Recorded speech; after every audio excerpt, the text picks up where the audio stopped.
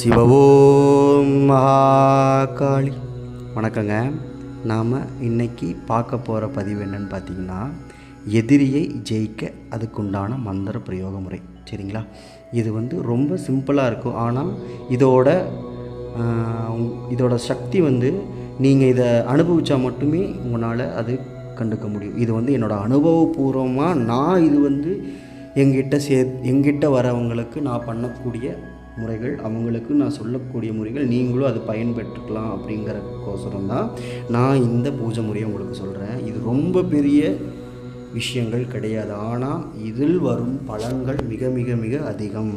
சரி, இப்போது நம்ம இதுக்கு உண்டான பொருட்கள் பார்த்துடலாம். சரிங்களா?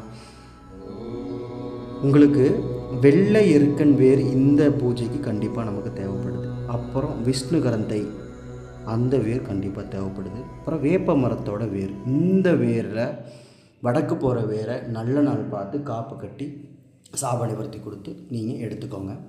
எடுத்துட்டு மறுநாள் நீங்கள் எடுத்துகிட்டு வந்த இது நல்லா நீங்கள் குளிச்சுட்டு ஒரு சுத்தமான இடத்துல அந்த 3 வேரையுமே சுட்டு நீங்கள் விபூதியாக்கி கையில் வச்சுக்கணும். சரிங்களா? அப்புறம் அது உங்கள் உள்ளங்கையை பரப்பி இப்போ நான் சொல்ல போகிற இந்த மந்திரத்தை ஒரு 1008 ஒரு வீதம் ஒரு 3 நாளைக்கு சொல்லி வச்சுக்கோங்க.